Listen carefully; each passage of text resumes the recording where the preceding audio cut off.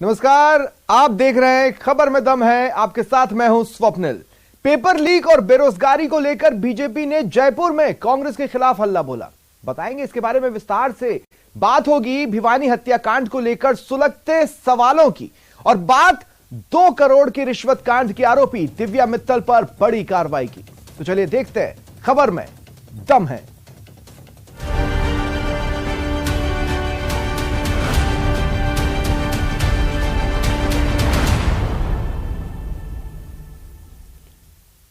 प्रदेश में paper leak और बढ़ती बेरोजगारी के खिलाफ भारतीय जनता युवा मोर्चा ने विरोध प्रदर्शन किया। बीजेपी नेताओं ने जमकर कांग्रेस को घेरा।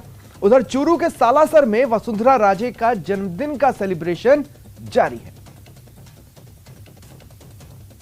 सारे राजस्थान के अंदर सारा युवा आक्रोश में है, सारी जनता आक्रोश में है। सरकार को एक दिन भी अपने उस पे पद पे रहने का अधिकार नहीं है। युवाओं में आक्रोश है कि उनके पेपर लीक हुए हैं। एक एक बच्चे ने 5-5 साल तक अपना मेहनत की। किराने की दुकान में जैसे शक्कर बिकती है वैसे पेपर मार्केट में बिकने स्टार्ट हो जाते हैं। युवा के साथ बहुत बड़ा धोखा है। इसलिए जो है बीजेपी के जो कार्यकर्ता हैं उनमें खासा जोश अब दिखाई पड़ रहा है। बीजेपी का शक्ति प्रदर्शन।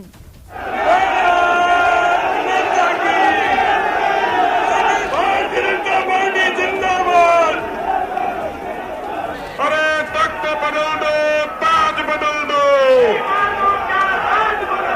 तख्त बदल दो, ताज बदल दो। सड़क पर दिखा 23 का संग्राम। का पेपर कहाँ मिलेगा? सरकार जो आवाज है उसको घेरेंगे, जो कुछ होगा देखा जाएगा। पुलिस धक्के मार रही है, इनके लाठियों से रोकने की कोशिश हो रही है और देखिएगा किस तरह से यहाँ पर पुलिस के लिए मुश्किल भरे हालात हैं। बीजेपी नेताओं और पुलिस में भिड़ंत। लेकिन बीजेपी के नेताओं ने पहले ऐलान किया था कि वो तो आगे बढ़ेंगे और आगे बढ़ करके मानेंगे।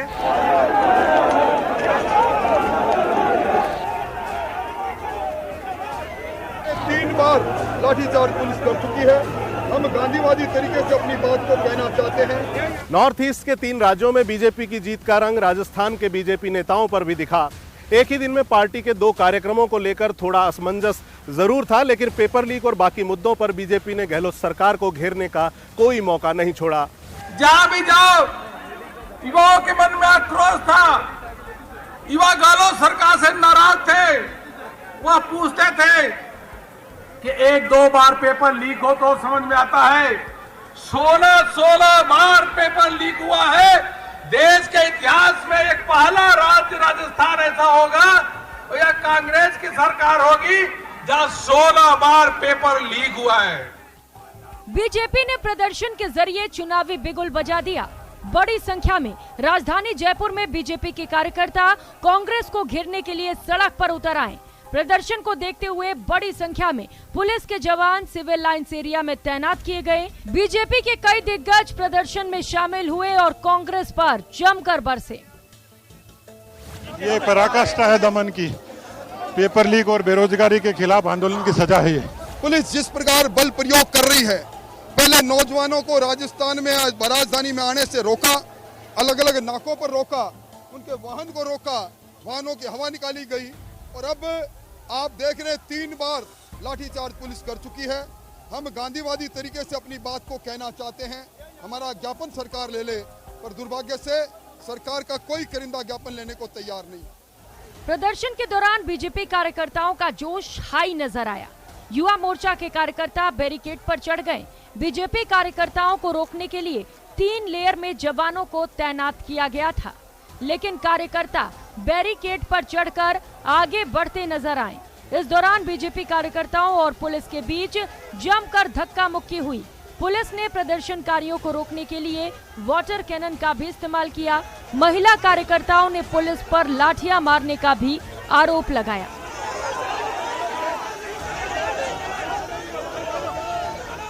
राजस्थान सरकार को उखाड़ फेंक देना है। हमारे साथ बदतमीजी कर रही है महिला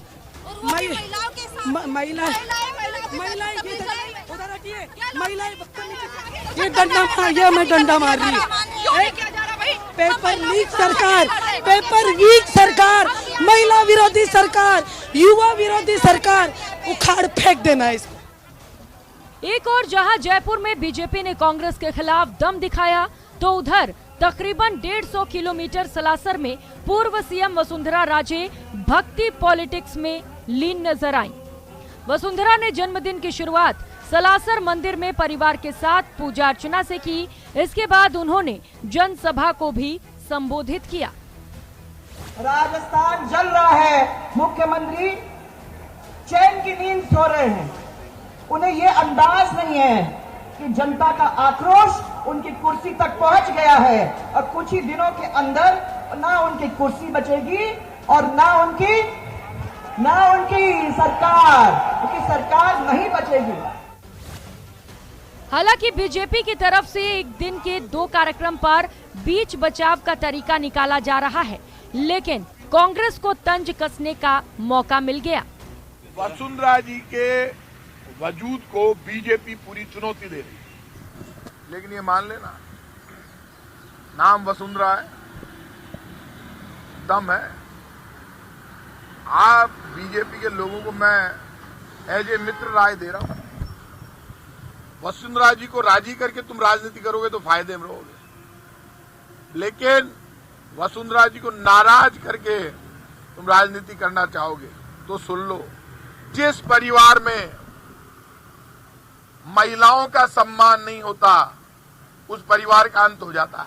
तो सुबह जो आंदोलन शुरू हुआ था अब वो खत्म होता हुआ बीजेपी के नेताओं को यहाँ से ले जाया जा चुका है विद्यानगर थाने, वहां पर उनको डिस्पर्स किया जाएगा। पुलिस भी राहत की सांस लेगी और पार्टी के कार्यकर्ता भी। मगर सवाल ये कि ये जो आंदोलन ना किया आज, उससे पार्टी ने आखिर हासिल क्या किया? क्या जनता की निगाहों में बने रहने के लिए इस तरह से आम जनता को परेशान करना क्या जायज है?